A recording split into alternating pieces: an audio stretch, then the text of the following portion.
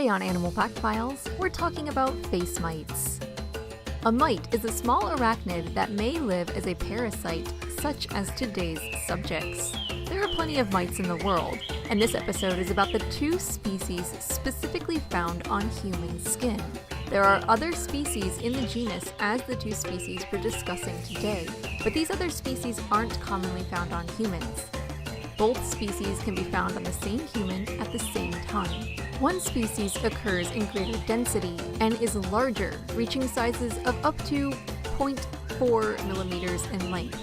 Yeah, these little ones are microscopic, so at least there's not much concern of actually finding them on your skin. While this species may be more abundant, it tends to be found in more specific places on the human body, namely the face, hence the common name. The other species may be generally less populous, but is more commonly found on the chest and neck, though either species can be found just about anywhere on a human's skin. Yes, even there. Men tend to have more face mites than women. Oh, and there's no escaping them. It doesn't matter where you're from, everybody eventually has face mites. Infant humans don't have them, but early in life, these little critters are passed on to young humans through close physical contact. So you probably have your parents to thank for them, but really you can get them from anyone close enough to you. And no, living with as little physical contact as you can muster won't help you either. There are plenty of studies that suggest 100% of humans have face mites by the age of 70. Face mites live in our hair follicles and eat our skin oil. These animals are sometimes called eyelash mites because they're commonly found in eyelash follicles.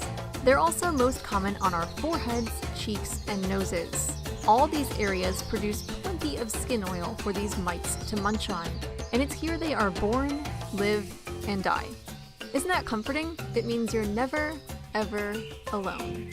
Face mites come out at night to mate. They'll crawl out of their hair follicle homes, find each other, do the deed, then head back to their home to lay eggs. Well, the females do anyway. The males end up like cephalopod males. The eggs are laid in the hair follicle and take a few days to hatch. A few days later, the larvae will develop into nymphs, who will go through a few stages before becoming adults. All in all, the process takes about 2 weeks. And these are arthropods, so each stage leaves behind an empty exoskeleton. You know, on your face.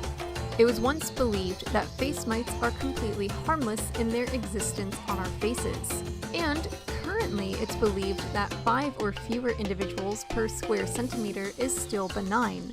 But there's been research into the potential of face mites causing skin conditions like rosacea. Don't go grabbing the nearest soap and scrub though. They're gonna be there whether we like it or not. They're part of our natural skin biome, so just embrace them. And go see your doctor if they seem to be causing problems. For more facts on face mites, check out the links in the description.